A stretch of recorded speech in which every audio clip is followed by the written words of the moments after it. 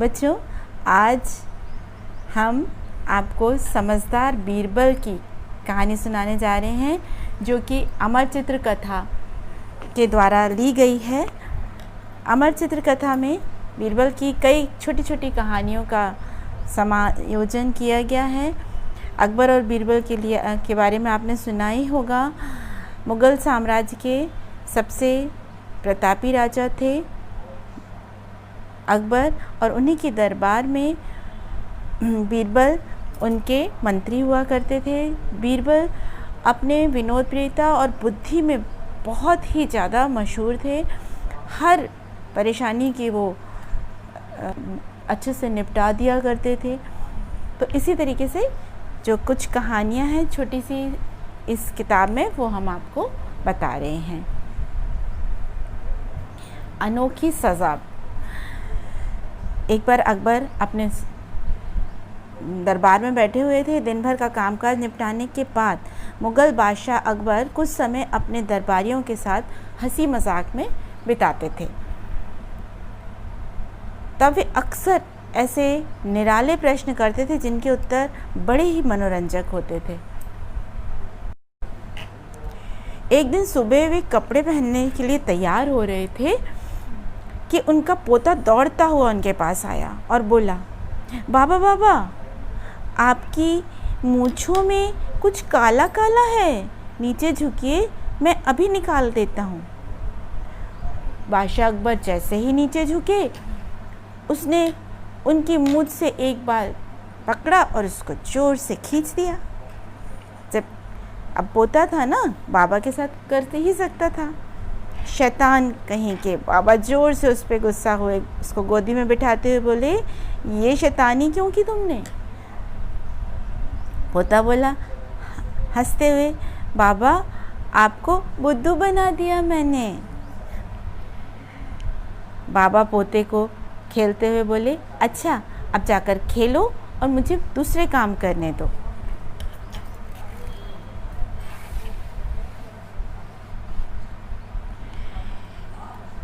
उस दिन अकबर अपने दरबार में जाते हुए ये सोचने लगे कि आज ऐसा पेचीदा सवाल पूछूंगा कि सब चक्कर में पड़ जाएंगे। यहाँ तक कि हाजिर जवाब वज़ीर जो है हमारा बीरबल, वो भी सोचेगा हर सवाल का सही जवाब है उसके पास। आज देखता हूँ। जैसे ही राजा दरबार में पहुँचे, उन्होंने अपने दरबारियों से पूछा, आज सुबह किसी ने हमारी मूंछों का एक बाल नोचने की ज़रूरत की है।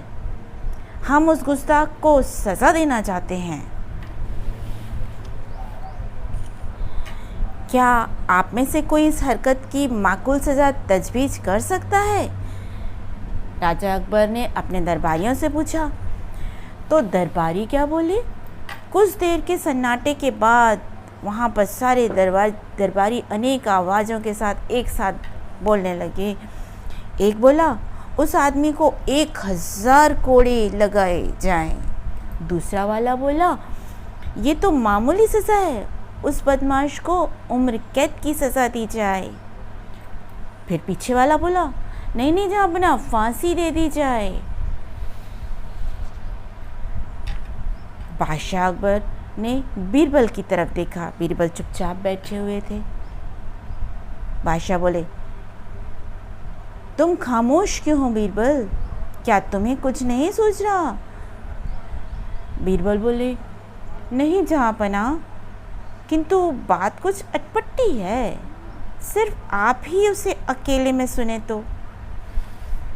नहीं, बीरबल से अकबर बोले, नहीं बीरबल, कह डालो ताकि सब लोग तुम्हारी राय सुने। क्योंकि अकबर हमेशा चाहते थे कि बीरबल को कुछ फंसाया जाए जिससे वो अपनी हाजिर जवाबी में पीछे रह जाएं। इसलिए उन्होंने बोला, नहीं नहीं, सबके सामने बोलो यहाँ पर। बीरबल बोले, कसूरवार को बड़े प्यार से चूमा जाना चाहिए। बीरबल का जो दरबारी थे वो बोलने लगे, बीरबल का दिमाग फिर गया है क्या? अकबर ने सोचा, ज़रूर हमेशा की तरह हमारे वज़ीर वज़ीर मंत्री को कहते हैं, ने हमारी सही बात ताड़ ली। ये ऐसा मीनिंग है ना, इसका मतलब है कि वो सोच रहे हैं, वो सोच में पड़ गए, बिंदी बिंदी लगी है। उसके बाद बीरबल, अब समझा कर बताओ कि ऐसी अनोखी सज़ा क्यों दी जाए उसको जिसने मेरे मूंछ का बाल उखाड़ा है। बीरबल बोले हाथ जोड़ते हुए, सिर्फ एक छोटा बच्चा ही ऐसी शरारत कर सकता है, और यह बच्चा आपके पोते के अलावा और कौन हो सकता है। हाँ, दरबारी हंसने लगे। पर समझदार हो बीरबल।